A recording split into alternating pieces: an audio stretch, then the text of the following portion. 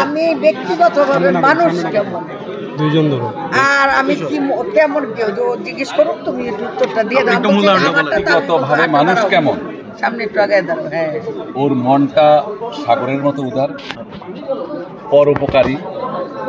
ও জোরে কথা বলে মানুষ মনে করে ওর মনটা অনেক জিদি, আসলে জিদি না।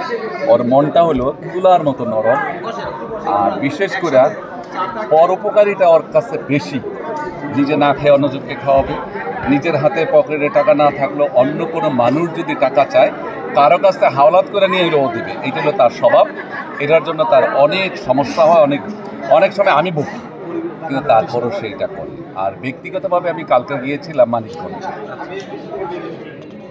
আসলে ফিল্মে কালকে যদি আমি মানিকগঞ্জ না যেতাম তাহলে বুঝতে পারতাম না। মানুষের ফিল্ম থেকে নেয় আর ও বাড়িঘর বিক্রি কইরা ফিল্মকে দেয়। ও 500 বিঘা জায়গা মানিকগঞ্জ ইউনিভার্সিটির সামনে এমন ফরওয়ার্ড গুলশান বরানি বাড়িদারা ডিওএসএস এর মতন জায়গা, সেই জায়গা বিক্রি করে করে সে ফিল্ম বানিয়েছে। এই যে কতদিন আগে 4 তালা বিক্রি করে তার হুরমতি বানিয়েছে। ফিল্মের মানুষকে সে সারা জীবন দিয়ে গেছে।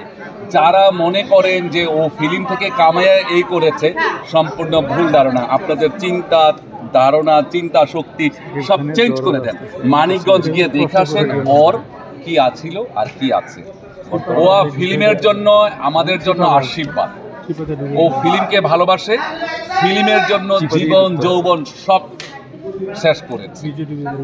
আমি বলবো ফিল্মে যদি প্রতিটি মানুষ তার মতন হতো, আমাদের ফিল্ম আরো অনেক বড়। আরেকটা, আজকে যে আমি মহরতে এসেছি, সাইমন তারেকের আমার বন্ধু আসছে। সাইমন তারেকের মনটা অনেক বড়। আমি ছোটকাল থেকে আমি দেখে আসছি ওকে। আমি তো ইন্ডাস্ট্রিতে 46 বছর হয়ে গেল, প্রায় 1056টা ছবি রিলিজ হয়েছে। সাইমনকে আমি প্রথম থেকে যেরকম দেখেছি এরকম সাইমনের টিম এবং নিলয়ের ডাইরেক্টর।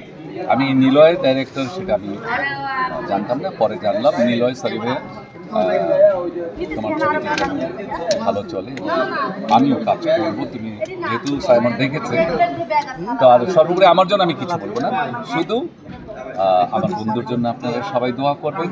ওর মনটা যেরকম আছে এরকমই যেন থাকে। ও জোরে কথা বলে, হাউকাউ করে কথা বলে, মানুষ মনে করে কি ও বোধহয় ওরকমই। মানে যারা ভয়ঙ্কর নারী, তারপরে কুখ্যাত জরিনা যারা দেখেছেন, এখনো দেখলে মানুষের ভয় পায়, কিন্তু ও মানুষকে অনেক